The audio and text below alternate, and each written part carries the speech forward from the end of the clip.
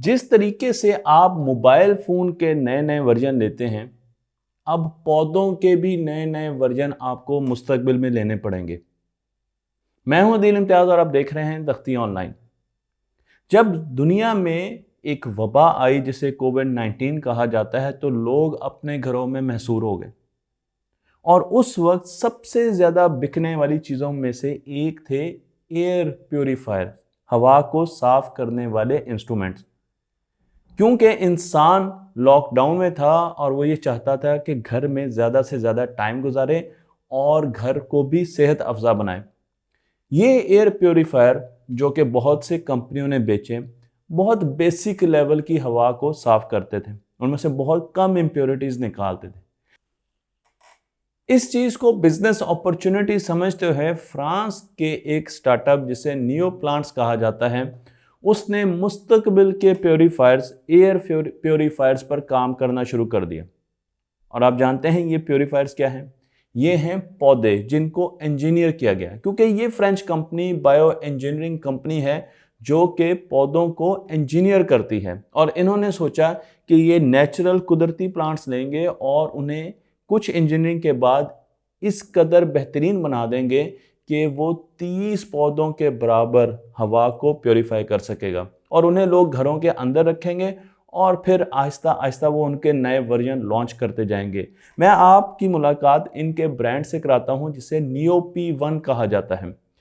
इस प्रोजेक्ट पर 4 साल तक काम हुआ है और इस प्रोजेक्ट की अब जो डिटेल्स आ रही हैं उसमें ये बताया गया कि अगर आप अपने घर में ये एक पौधा रखेंगे तो ये बराबर है अगर आप अपने घर के अंदर 30 पौधे रखेंगे। इस वक्त ये इंडोर प्लांट्स पर काम कर रहे हैं और ये पौधा कौन सा है? बड़ा आम सा पौधा है जिसे मनी प्लांट कहा जाता है, जो कि हमारे घरों में मौजूद है। तो इन्होंने मनी प्लांट को लिया और उसमें ऐसी चेंजेस की जिसकी वजह से मनी प्लांट आपके घर से बहुत ज़्यादा पोल्यूटेंट्स को एब्जॉर्ब कर सकता है। मनी प्लांट लेने की खास वजह यह है कि ये बहुत तेज़ी से ग्रो करता है। दूसरा, इसकी कॉस्ट बहुत ज़्यादा कम है और इसको बहुत ज़्यादा मेंटेन करना, इसका ख्याल रखना भी बहुत कम पड़ता है। इसी तरीके से ना तो ये पोलन प्रोड्यूस करता है, ना ही ये बीज प्रोड्यूस करता है, तो एक क्लीन पौधा है और उसके साथ साथ ये पहले ही पोल्यूटेंट्स को, हवाई आलूदगी को एब्जॉर्ब करता है, इसलिए इस फीचर को बेहतर करके हम काम ले सकते हैं। तो अगर हम एक आम प्योरीफायर की तरफ चलें तो वो हमारे घरों से डर्ट को, डस्ट को, स्मोक को और बैक्टीरिया को खींच लेता है, साफ करता है।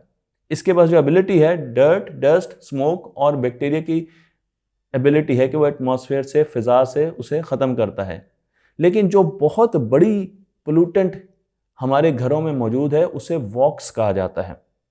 हमारे घरों में फर्नीचर से, पेंट से, वार्निश से, जिसके ज़रिए हम अपने फर्नीचर को खूबसूरत बनाते हैं, अपहोस्ट्री से, ये जो कपड़े लगे हुए हैं, बहुत से और केमिकल से जो घरों में इस्तेमाल होते हैं, बहुत से पोल्यूटेंट पैदा होते हैं। इन्हें वोलेटाइल ऑर्गेनिक कंपाउंड्स कहा जाता है, वॉक्स कहा जाता है। और सबसे ज़्यादा ख़तरनाक ये पोल्यूटेंट्स होते हैं जो कि इंसानों में बहुत सी बीमारियां पैदा करते हैं। अगर इन पोल्यूटेंट्स की बात की जाए तो इनमें फॉर्मल्डिहाइड होता है, बेंजीन होता है, टॉलिन होता है और ज़ीलिन होता है। WHO, वर्ल्ड हेल्थ ऑर्गेनाइजेशन के एक डेटे के मुताबिक 11% लोग लंग कैंसर से इनकी वजह से मरते हैं। इसी डेटे में यह भी बताया गया है कि 23% लोगों को क्रोनिक यानी जानलेवा सांस की बीमारियां होती हैं। 12% लोगों के हार्ट फेलियर और हार्ट स्ट्रोक भी इन्हीं पोल्यूटेंट की वजह से होते हैं, जिनको VOC, वॉक कहा जाता है और प्लूरल में हम उन्हें वॉक्स कहेंगे। अगर हम United state environmental protection energy, जिसे EPA कहा जाता है, उसकी रिपोर्ट पढ़ें तो पता चलता है कि घर के अंदर ये पोल्यूटेंट बाहर से 5 गुना ज़्यादा हो सकते हैं, लेकिन कई घरों में और कई बंद जगहों पर ये 100 गुना से भी ज़्यादा होते हैं और हमें मुस्तकिल बीमार कर रहे हैं। इसीलिए पैट्रिक टॉर्बे, जो कि CEO हैं नियो प्लांट्स के, उन्होंने ये फैसला किया कि वो ऐसे प्लांट्स पर काम करने जा रहे हैं जो कि इन पोल्यूटेंट्स को, इस आलूदगी को ख़त्म कर सकें। जब हम एक पौधे की बात करते हैं तो पौधे का अहम काम यह है कि वो अपने लिए ग़िज़ा पैदा करे। और वो ग़िज़ा पैदा करने के लिए एक प्रोसेस का इस्तेमाल करता है जिसे फोटोसिंथेसिस कहा जाता है। यानी वो कार्बन डाइऑक्साइड हवा से लेता है, पानी भी एटमॉस्फेयर से लेता है, सूरज की रोशनी की मदद से अपनी खुराक जिसे शुगर और ऑक्सीजन पे जो मुश्तमिल होती है वो बनाता है। शुगर वो इस्तेमाल करता है और ऑक्सीजन हवा में भेज देता है। ये सारा का सारा काम एक ख़ास एंजाइम की मदद से हो रहा होता है जिसे रोबिस्को कहा जाता है। इस एंजाइम का काम यह है कि जो बड़ी बड़ी फैक्ट्रियां हैं फोटोसिंथेसिस की सेल के अंदर, जिन्हें क्लोरोप्लास्ट कहा जाता है, ये उनका काम आसान बनाती है। एक किस्म का कैटालिस्ट के तौर पे काम करती है। तो एंजाइम एंजाइम क्या होती हैं? एंजाइम ऐसी प्रोटीन्स होती हैं जो कि बायोलॉजिकल कैटालिस्ट होते हैं, यानी बायोलॉजिकल प्रोसेस में रिएक्टेंट को प्रोडक्ट्स में कन्वर्ट करती हैं, पूरा रिएक्शन करवाती हैं, उन्हें एंजाइम कहा जाता है। इस पौधे में एक और ख़ास किस्म की एंजाइम को सिंथेसाइज किया गया। तो नियो प्लांट में क्या मॉडिफिकेशन की गई?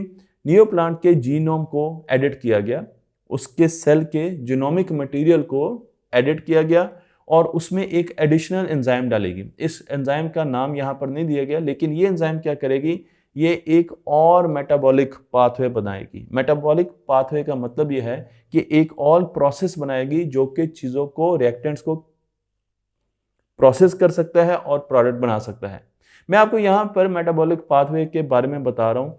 मेटाबॉलिक पाथवे सेल के अंदर मौजूद छोटे छोटे बायोलॉजिकल प्रोसेसेस को कहते हैं, जिसमें एंजाइम रिएक्टेंट्स को लेती हैं, यानी इनपुट को लेती हैं, और एंजाइम रिएक्शन करवाकर आउटपुट आपको यानी प्रोडक्ट देती हैं। तो अगर ये पूरा का पूरा सर्किट हमने एक और बनाना है, क्योंकि हमने एक नई एंजाइम बना दी है, और उसका काम क्या है? उसका काम यह है कि वो अब सिंपल CO2 और वाटर को नहीं लेगी, बल्कि वो वॉक्स को लेगी। वॉक्स का याद है ना आपको? उन पोल्यूटेंट्स को लेगी, उनको उठाएगी। यहाँ पर आप तस्वीर भी देख रहे हैं कि किस तरीके से हमने जीनोमिक मटेरियल को चेंज किया, और अब वो उन पोल्यूटेंट्स को लेगी और उन पोल्यूटेंट्स को लेकर नई एंजाइम उन पर एक्ट करेगी, और उसके बाद हम प्रोडक्ट्स बनाएंगे, और इसके ज़रिए वो प्लांट पूरा का पूरा उन पोल्यूटेंट्स को अपने अंदर खींचता जाएगा और अपनी ग़िज़ा बनाएगा और हमें ऑक्सीजन देता जाएगा। तो अब जितने भी हार्मफुल चीज़ें थी जो हमारे एटमॉस्फेयर थी, वो ये पौधे जज़्ब करते रहेंगे। इन पौधों की जो ख़ास बात है वो ये है कि इनके वर्जन आएंगे।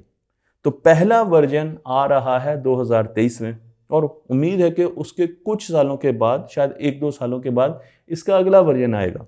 पहले वर्जन के बारे में बताया गया है कि ये एक पौधा 23 पौधों के बराबर पोल्यूटेंट्स को एब्जॉर्ब कर सकता है। और उसके साथ साथ गार्डनिंग, बागबानी वाली कंपनियों के साथ कोलैबोरेशन की जा रही है ताकि आउटडोर पौधों को भी बनाया जा सके। इन पर बहुत सी रिसर्च हो रही है, बहुत सी टेस्टिंग हो रही है। आप नियो प्लांट की वेबसाइट को गूगल कर सकते हैं और जाकर इस वेबसाइट को ज़रूर देखिए, क्योंकि अगर आप फ्यूचर में बिजनेस करना चाहते हैं तो ये बिजनेस का एक आला मौका है जो कि आप इन्वेस्टमेंट करके पाकिस्तान में ला सकते हैं। फिलहाल इनकी कीमत ज़्यादा है। इस वक्त एक पौधा जो 2023 में इन्होंने लॉन्च करना है वो $180 के करीब होगा। तो इस वक्त इनकी कीमत ज़रा ज़्यादा है। गर्मियों में इसे हर दूसरे दिन पानी देना होगा, हर दूसरे हफ्ते। रोज़ पानी नहीं देना आपने, मेंटेनेंस नहीं है इनकी। 2 हफ्तों के बाद आपने पानी देना है, और सर्दियों में 3 हफ्तों के बाद पानी देना है। ये कंपनी और भी पौधों पर रिसर्च कर रही है जो कि आउटडोर लगाए जाएंगे और हमें ग्लोबल वार्मिंग से भी बचाएंगे। मुझे इस चीज़ ने बहुत फैसिनेट किया, क्योंकि घरों के अंदर अमूमन हमारे आलूदगी को कम करने के तरीके मसनूई या इंस्ट्रूमेंटल चीज़ों पर बेस्ड होते हैं।